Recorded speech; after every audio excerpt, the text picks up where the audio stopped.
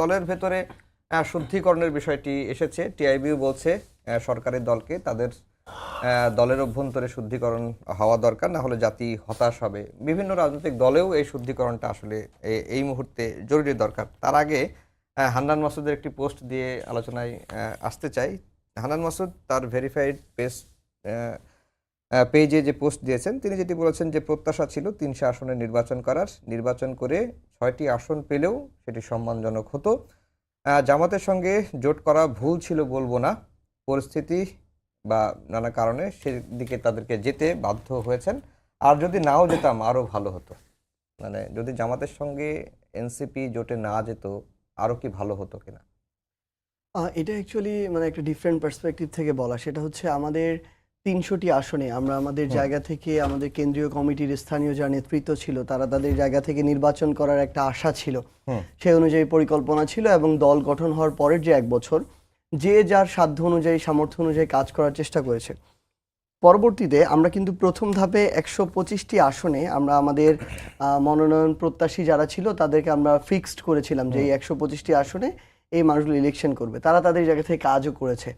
কিন্তু সবশেষ সময় এসে আমাদের কাছে মনে হয়েছে যে দীর্ঘমেয়াদী একটা বৃহৎ স্বার্থকে সামনে রেখে আমরা আমাদের জায়গা থেকে নির্বাচনী জোটে অংশগ্রহণ করেছি। 11 দলীয় যে নির্বাচনী জোট, সেখানে আমাদের 30 জন নির্বাচন করেছে।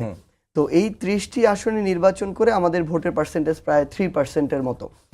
তাহলে আমাদের বাকি 270টি যে আসনগুলোতে আমরা করতে পারিনি, খুব স্বাভাবিকভাবে ওখানে আমাদের যারা প্রার্থী ছিল তাদের মধ্যে কিছুটা হতাশা আছে। এবং সেই যে ভোটগুলো আমরা ওই মাঠের পরিস্থিতি অবজার্ভ করা, এই 30টি আসন যেভাবে পেয়েছি ওইখানে কিন্তু সেরকমভাবে পাইনি। এবং সামগ্রিকভাবে সাংগঠনিক অবস্থা এই 30টি আসন যতটুকু এগিয়ে গিয়েছে ওই 270টি আসনে পেছানো। হয়তো এই বিষয়গুলোকে চিন্তা করে হান্নান মাসুদ এই কথাটি বলেছিল। কিন্তু আমরা আমাদের জায়গা থেকে এটি মনে করি যে আমরা সবাই একসাথে মিলে এই সিদ্ধান্তটি নিয়েছিলাম যে আমরা নির্বাচনী জোটেই যাচ্ছি।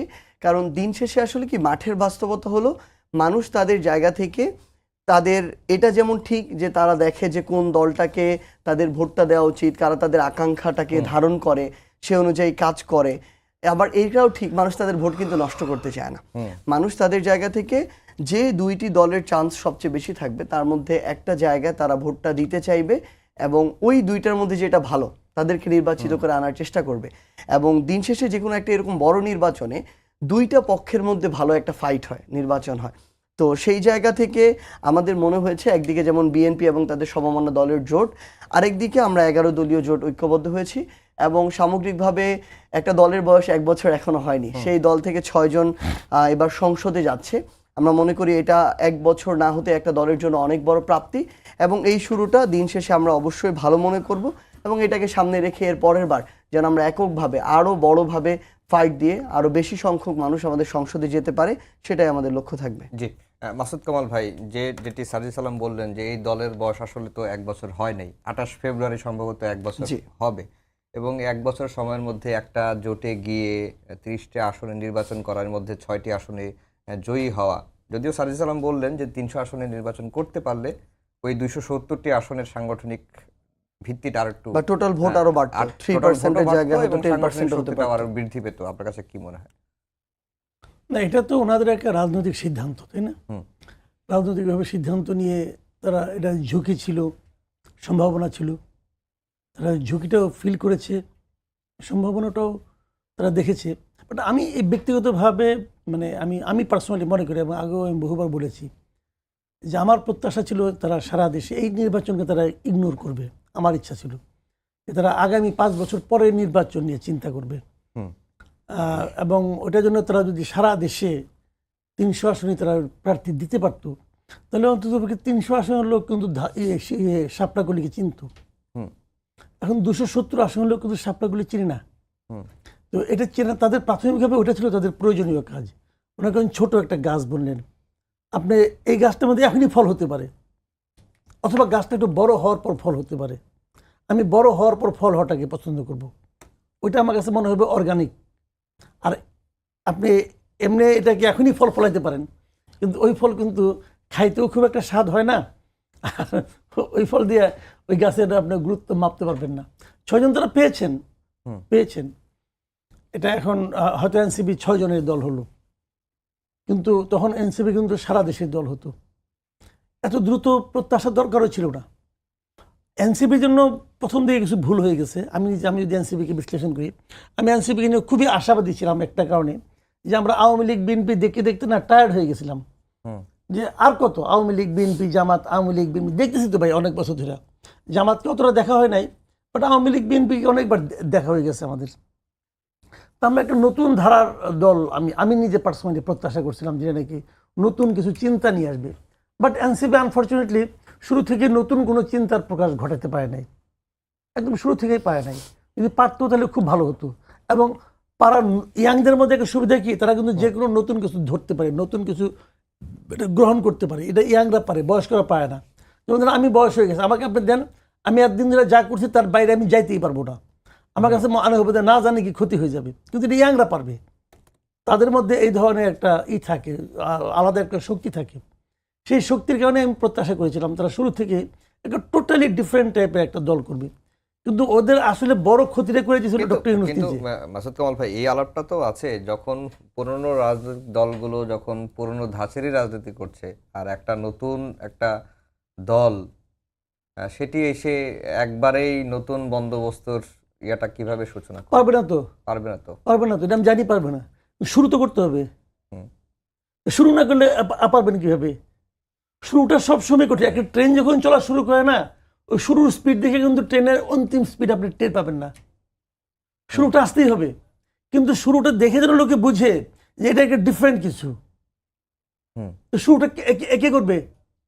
ওনার শুরুকে আমি করে দেবো না, ওনার শুরু ওনাকেই করতে হবে। ওনার শুরু কি জামাত করে দেবে?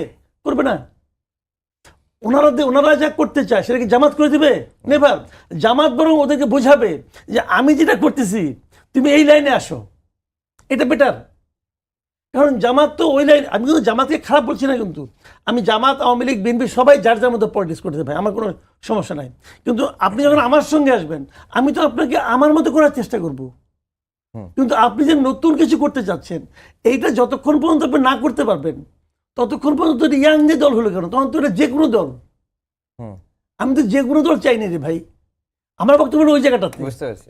তো ওই জায়গাটাতে আমি মনে করেছিলাম, আমি বলেছি, আমার অনেকটা আমি বলেছি, ওনাদের অনেক লিডারকে আমি বলেছি, ভাই আপনারা এই নির্বাচনের কথা ভুলে যান। এই নির্বাচনের মাধ্যমে কিছু পাওয়াটা আসলে আপনার জন্য লস হবে, লস হবে। আমি উদাহরণ দিয়ে বলি, এই যে 6 জন গেছেন ওখানে, জামাতের কোনো সিদ্ধান্তে বিরোধীরা কেউ যেতে পারবে না। দেখো আমি দেখি যাই কিনা, এরা পারবে না। কারণ দেখলাম যে নাহিদকে তো চিফ হুইপ বানাই দিচ্ছে, নাহিদকে তো জোটের চিফ হুইপ বানাই দিচ্ছে রে ভাই, চেপে যাবে। মানে এটা তো আষ্টে পিষ্টে তাদেরকে তো এদেরকে তো জড়াই ধরবে। অ্যাড করেন। আর যেটা হ্যাঁ ভাইয়ের ওইটা ধরেই বলতেছি, 6 জনের দল হয়ে গেছে। যদি 300 আসনে এনসিপি ফাইট করতো তাহলে পুরো বাংলাদেশের দল হতো। আর নতুন চিন্তার বিকাশের কথা এনসিপি বলেছিল, সেখান থেকে এখানে ভাই দুইটা জিনিস আছে। প্রথম কথা হচ্ছে, আমরা এই জায়গা থেকে যে বাস্তবতাটা দেখি, এই টকশো টেবিলের জায়গা থেকে, এই হাউস থেকে, কিংবা ঢাকা শহর থেকে, মাঠের বাস্তবতা এটা না। আপনার এখানে মাঠে আপনার লক্ষ লক্ষ নেতাকর্মী আছে। এই নেতাকর্মীদেরকে যদি আপনি প্রোটেক্ট না করতে পারেন, তাহলে এই নেতাকর্মীরা আপনার নেতাকর্মী থাকবে না। তারা যদি আপনার কাছে শুধু রাজনীতি করার কারণে তাদের উপরে যে থ্রেটটা আসবে, আপনি নেতা হিসেবে এটুকু প্রোটেক্ট না করতে পারলে তারা আপনার সাথে থাকবে না। এক। দ্বিতীয়ত, বাংলাদেশের প্রশাসনের মনস্তত্ত্বটা এমন হয়ে গিয়েছে যে এই প্রশাসন তাদের জায়গা থেকে ক্ষমতার কাছাকাছি থাকতে পছন্দ করে, ক্ষমতাকে তোষামত করতে পছন্দ করে। তার মানে আপনি যদি ক্ষমতার একটা জায়গায়, মিনিমাম একটা জায়গায় আপনার প্রতিনিধিত্ব না থাকে, প্রশাসন আপনার কথা শুনবে না, যৌক্তিক জায়গাটাতেও শুনবে না। এবং তৃতীয়ত, এই বাংলাদেশের যে ক্ষমতা কাঠামোর যে জায়গা, এতদিন এই জায়গাটা ধরেন সমন্বয়ক পরিচয়ে অনেককে গুরুত্ব দেওয়া হয়েছিল, মনে করেন অনেককে বিভিন্নভাবে প্রায়োরিটি দেওয়া হয়েছিল। কিন্তু যখন একটা সংসদ হয়ে যাবে, তখন আপনার পুরো বাংলাদেশের মিডিয়া সবকিছু ফোকাস থাকবে সংসদ কেন্দ্রিক। সো আপনার ভয়েস ওই সংসদে থাকাটাও খুবই গুরুত্বপূর্ণ। ভাই যেটা বললো আমি এটাতে একমত, তার চিন্তা তার জায়গা থেকে লজিক্যাল। কিন্তু আমরা যখন দেখি মাঠের বাস্তবতায়, আমরা আমাদের এই মানুষগুলোকে যদি প্রোটেক্ট না করতে পারি, আমার এই প্রতিনিধিত্ব বা ভয়েসটা যদি ওই সংসদে না থাকে, ওইখানে গিয়ে আমার ওই 300 জনের মধ্যে 294 জন সংসদ সদস্যকে লাইনে রাখার জন্য আমার যদি 5 জন মানুষও ভয়েস না থাকে, তাহলে আমরা মনে করি এই ভয়েসগুলো কিছুদিন পরে মিডিয়ার মাধ্যমে হয়তো সামনে আর আসবে না। কারণটা কি? কারণ গতানুগতিকভাবে বাংলাদেশে আমরা দেখেছি প্রত্যেকটা রাজনৈতিক দল ক্ষমতায় এসে মিডিয়াকে তাদের মতো করে সাজিয়ে নেয়। তারা যেটা চায় ওই কথাটা বলায়, তারা যেই মানুষটাকে প্রমোট করতে চায় ওটাকে করায়, তারা যেটা চায় না করায় না। আমরা মনে করি আমার হাসনাত আবদুল্লাহ নাহিদ ইসলামের মতো 6 জন মানুষ সংসদে গিয়ে বিএনপির 250 জন মানুষকে তটস্থ করে রাখতে পারে। আমরা আমাদের জায়গা থেকে মনে করি বাংলাদেশের ইতিহাসের সর্বকনিষ্ঠ সংসদ সদস্য হিসেবে নির্বাচিত হয়েছে আব্দুল হান্নান মাসুদ। 26 বছরের এই ছেলেটা ওইখানে গিয়ে এইরকম অপরাধে জড়িত অসংখ্য এমপিকে ভয়ের একটা আতঙ্কের মধ্যে রাখতে পারে। আমরা আমাদের জায়গা থেকে মনে করি আমার ওই 6 জনের সংসদের ভয়েস দিয়ে আমার বাকি 294টা যে আসন আছে ওই আসনগুলোতে এনসিপির মানুষগুলো আস্থা পেতে পারে যে সংসদে তাদের কেউ আছে, তাকে যদি মারেও ওই কথাটা সংসদে বলার মতো তার একজন প্রতিনিধি আছে। এটা যদি না থাকে ভাই, যেটা হবে আলটিমেটলি, ভাই যেটা বললেন যে আলটিমেটলি আমরা বাংলাদেশে এরকম অনেক দল দেখেছি। ধরেন জাতীয় পার্টি একসময় ছিল না খুব ভালো অবস্থা, এর আগেও তারা শক্তিশালী বিরোধী দল নাকি ছিল, বাংলাদেশের দামি বিরোধী দল। এই বিরোধী দল এবার মাঠ পর্যায়ে গিয়ে যখন একটাও কোনো আসন পেল না, তাদের কিন্তু রাজনৈতিক কবর রচিত হলো। আপনি দেখেন এরকম সুন্দর সুন্দর আইডিয়া নিয়ে, কনসেপ্ট নিয়ে বাংলাদেশে বামপন্থী রাজনৈতিক দলগুলো অনেক লম্বা সময় ধরে চেষ্টা করছে। এবার 182টা আসনে নির্বাচন করেছে, 180টাতে জামানত হারিয়েছে। মিডিয়া থেকে শুরু করে প্রত্যেকটা জায়গায় সিভিল সোসাইটি তাদের কিন্তু একটা খুব ভালো অংশগ্রহণ আছে, কিন্তু মাঠের বাস্তবতা এটা না। তাই আমরা আমাদের জায়গা থেকে যে জিনিসটা মনে করি, ভাইয়ের কথা অনুযায়ী এটাতে আমরা একমত যে আমরা এই সিস্টেমটার পরিবর্তন করতে হবে, পুরাতন জরাজীর্ণ সিস্টেম ভেঙে নতুনের দিকে আমাদের যেতে হবে। কিন্তু আমরা যদি একদম প্রত্যাশা করি নতুনটা গড়ে তারপরে যাব, কোনোদিন যাওয়া হবে না। আমাদেরকে একই সাথে পুরাতনটা ভেঙে নতুনটা তৈরি করতে হবে, আবার একই সাথে আমাদের ওই সিস্টেমের সাথে ফাইট করে ওইখানেও আমার প্রতিনিধিত্ব নিশ্চিত করতে হবে। যেমন আমরা আমাদের জায়গা থেকে দেখেন শুরু নতুন নতুন কি বাংলাদেশের ইতিহাসে এর আগে 26 বছরের কেউ, একটা ছেলে মাত্র ফ্রেশ গ্র্যাজুয়েট, কোনোদিন এর আগে সংসদে যাওয়ার মতো ঘটনা আমরা শুনি নাই, এবার গিয়েছে। 6 জন একটা দলের বাংলাদেশে প্রথমবারের মতো তৃতীয় শক্তিশালী রাজনৈতিক দল হিসেবে সংসদে গিয়েছে, কারো বয়স 40-এর উপরে না। আমরা দেখলাম আমাদের যে 6 জন গিয়েছে, একটা রাজনৈতিক দল, নতুন দল, সভাপতি সেক্রেটারি 2 জনের কারো বয়স 30-এর উপরে না। আমরা আমাদের জায়গা থেকে দেখলাম এই রাজনৈতিক দলের এরকম প্রার্থী ঢাকা 8 আসনে নাসিরউদ্দিন পাটোয়ারির মতো প্রার্থী আমরা দেখেছি, যে মির্জা আব্বাসের মতো এই ঢাকার একজন হেভিওয়েট বিএনপির নেতার বিরুদ্ধে শুধু টাকা না, মুখ দিয়ে ফাইট করে তাকে পরাজিত করার মতো সকল ধরনের চেষ্টা করেছে এবং পরাজিত আমরা আমাদের জায়গা থেকে মনে করেছি যে করেছে, কিন্তু এটা হইতে দেওয়া হয় না, রেজাল্টে এরকম। তাহলে এই যে নতুন শুরুগুলা, এগুলো কিন্তু এর আগে কেউ কল্পনা করেনি। কয়েকদিন আগে আমাদের একজন ভাই গোলাম মাওলা রানী ভাই বলতেছিল যে এই নাসিরউদ্দিন পাটোয়ারি যদি এই নির্বাচনে আর 15 দিন পাইতো তাহলে মির্জা আব্বাস আত্মহত্যা করতো। এটা হচ্ছে আমি মনে করি ওই শুরুটাই, যেই শুরুতে এই ইয়াং জেনারেশনটা এই এত বড় একটা বিএনপির মতো রাজনৈতিক দলকে তাদের মানে সর্বোচ্চ, তাদের যে হার্টবিট আর কি, তাদের প্রেশার, এটা সর্বোচ্চ লেভেলে নিয়ে গিয়েছে।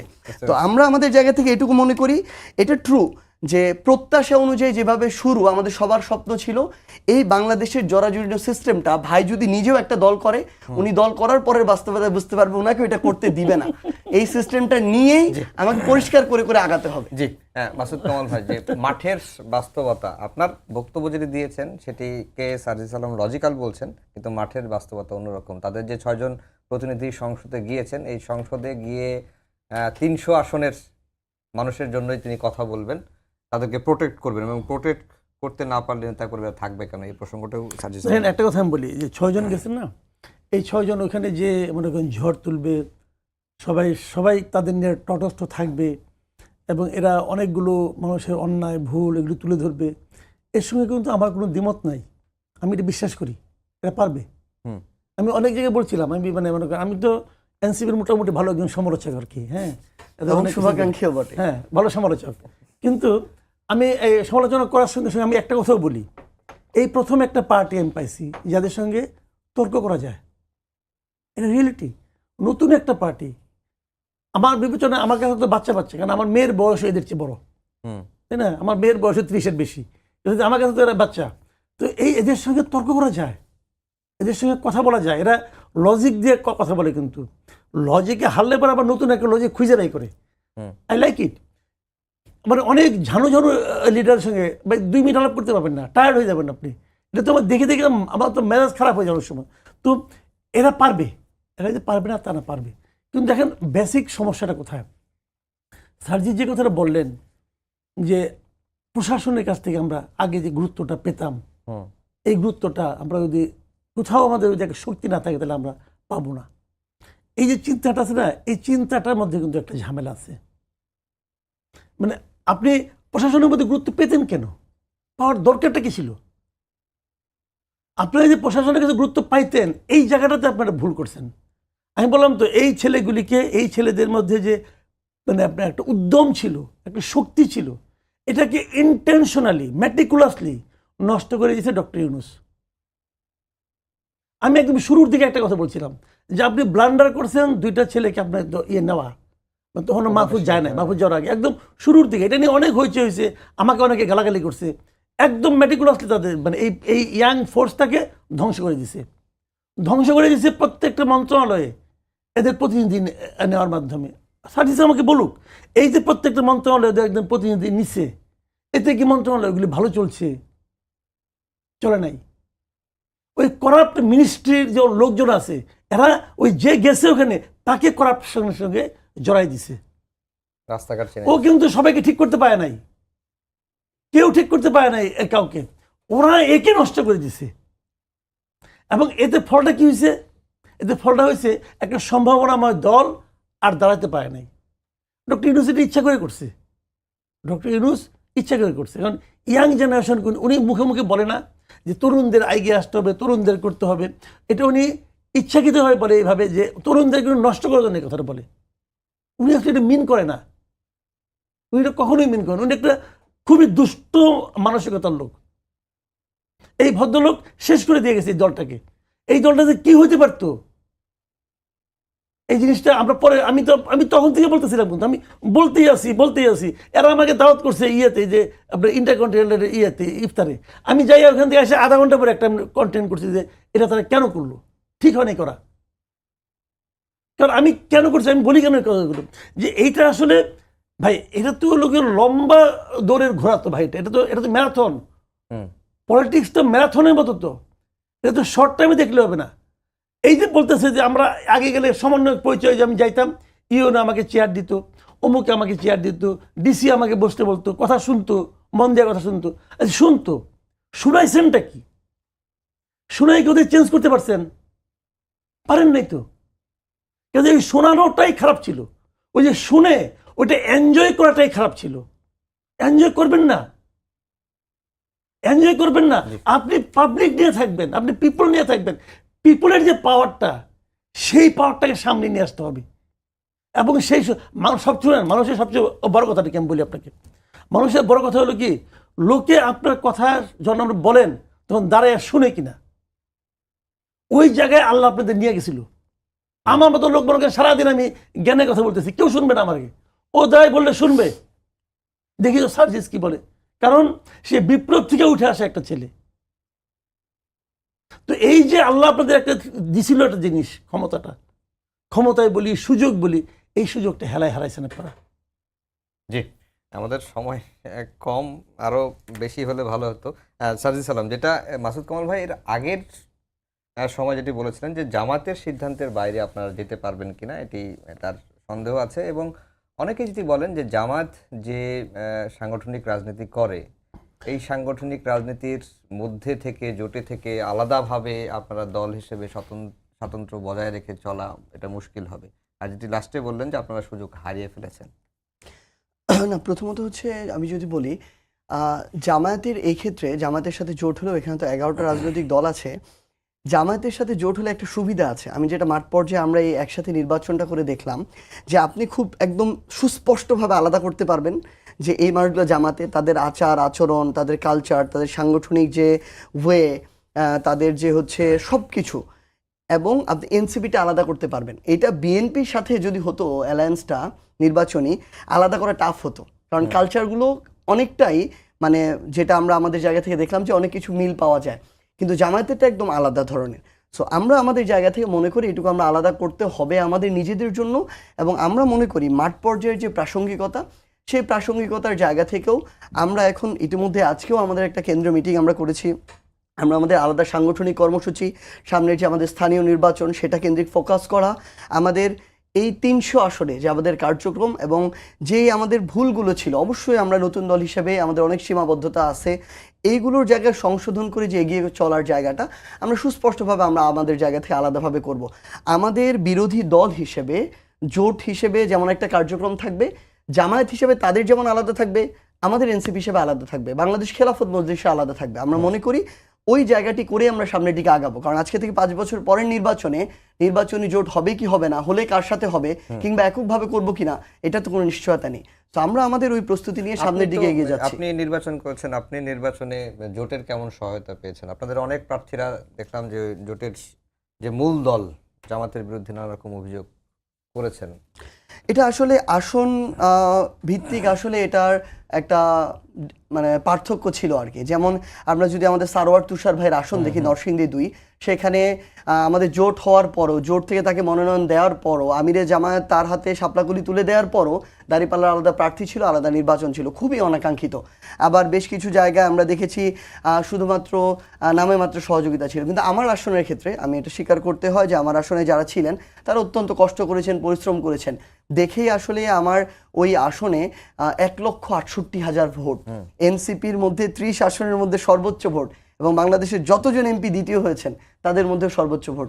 সো এটা অবশ্যই আমাদের সামগ্রিক চেষ্টার ফলে হয়েছে। এই জন্য এটা আসন ভিত্তিক পার্থক্য ছিল, কিন্তু আমার আসনের জন্য আমি অবশ্যই তাদের প্রতি কৃতজ্ঞতা প্রকাশ করতে চাই। আর ভাইয়ের কথাটাতে আমি যে জিনিসটা বলতে চাই, আসলে আমরা মনে করি যে আমরা আসলে ভুল সঠিক একটা বন্ধুর পথের মধ্য দিয়ে এগিয়ে যাচ্ছি, আমরা শিক্ষা নিচ্ছি, সংশোধন করছি, এগিয়ে যাচ্ছি, কিন্তু আমরা শেষ হয়ে গেছি এই কথার সাথে আমি একমত নই। বরং আমরা অনেক ভালো একটা শুরু করেছি। একটা রাজনৈতিক দল 1 বছর গঠন হয়নি, তৃতীয় শক্তিশালী রাজনৈতিক দল এই মুহূর্তে বাংলাদেশের জনগণের ম্যান্ডেটে মাত্র 30টা আসন ইলেকশন করে 3% ভোট পেয়েছে এবং 6 জন সংসদ সদস্য প্রতিনিধি রয়েছে। আমরা মনে করি যে সামনে স্থানীয় সরকার নির্বাচন আছে, এমন অসংখ্য জনকে আমরা সিটি কর্পোরেশন থেকে উপজেলা, ইউনিয়ন, ওয়ার্ড পর্যায়ে পর্যন্ত দেখতে পাবো, এবং আগামী 5 বছরে এই স্থানীয় নির্বাচনগুলোর মধ্য দিয়ে আমরা ওই শক্তিশালী ভিত্তিটা তৈরি করব যেন আগামী নির্বাচনে। তো আমাদের আজকে লাইনটা শুধু শেষ করি। হ্যাঁ, বিষয় ছিল দলীয় শুদ্ধিকরণ, সেই দিক দিয়েও আপনারা। হ্যাঁ, এটাই বলছি যে আমরা ওইভাবে আমাদের এই নির্বাচন থেকেও কিন্তু আমাদের অনেক শিক্ষা আছে, জোটের জায়গা থেকেও শিক্ষা আছে, এবং সামগ্রিকভাবে নির্বাচন পরিচালনায় অনেক বড় একটা শিক্ষা আছে। সেই সামগ্রিক বিষয়গুলো থেকে শিক্ষা নিয়ে আমরা আমাদের জায়গা থেকে এই 300 আসনে আমাদের যারা প্রার্থী ছিল তাদেরকে কিভাবে কাজে লাগানো যায়। আমরা এমনও এবার এমপি দেখেছি, চেয়ারম্যান ছিল, ইউনিয়ন চেয়ারম্যান, পরে উপজেলা চেয়ারম্যান হয়েছে, পরে এমপি হয়েছে, এবার মন্ত্রী হয়েছে। সো আমরা হয়তো এমপিতে 300 জন হতে পারে নাই বা ফাইট দিতে পারে নাই, এমন অনেকে সিটি কর্পোরেশনে ফাইট দিতে পারে, উপজেলা চেয়ারম্যানে দিতে পারে, পৌর মেয়রে দিতে পারে। আমরা সেই সামগ্রিক বিষয়গুলোকে নিয়ে আমাদের স্থানীয় পর্যায়ের ভিত্তিটা তৈরি করতে চাই, এনসিপির পরিচয়, শাপলাকলির পরিচয়। এবং আমরা মনে করি যে ভাইরা আমাদের এই লজিক্যাল পরামর্শগুলো দিবেন, ভুল ধরিয়ে দিবেন, যেটা আমাদের মনে হবে আমরা সংশোধন করব। কিন্তু আমরা মনে করি এটা শেষ না, বরং খুবই অসাধারণ শেষের একটা শুরু, যে শুরুটা দিয়ে আমরা ইনশাআল্লাহ বাংলাদেশের জনগণের প্রতিনিধি হিসেবে একদিন সরকার গঠন করব। জি, 2 মিনিট সময় আছে। আমি শেষ করে দিচ্ছি না, আমি কিন্তু একবারও বলিনি যে এনসিপি শেষ হয়ে গেছে, একবারও বলিনি। মানে সুযোগটা হেলায় হারিয়েছে, এটা ওতে কি আছে, আবার সুযোগ দিবে, অবশ্যই অবশ্যই আবার স্টার্ট করবে, কোনো সমস্যা তো নাই।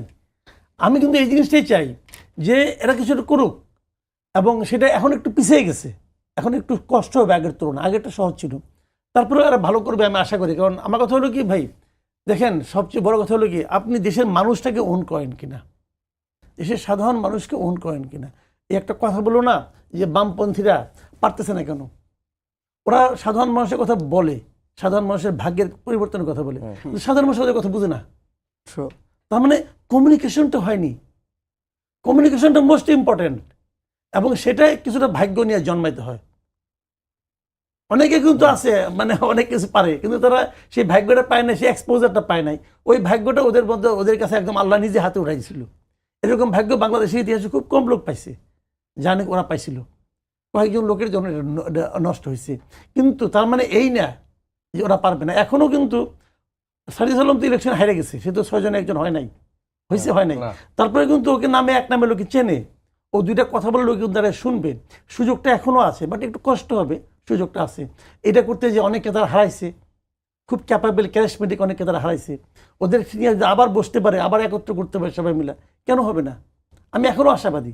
কিন্তু তাৎক্ষণিক লোভটাকে সংবরণ করতে হবে, তাৎক্ষণিক প্রাপ্তিটাকে থামাইতে হবে। আমার দরকার নেই প্রাপ্তি, আমার দীর্ঘমেয়াদী কিছু পাওয়া দরকার।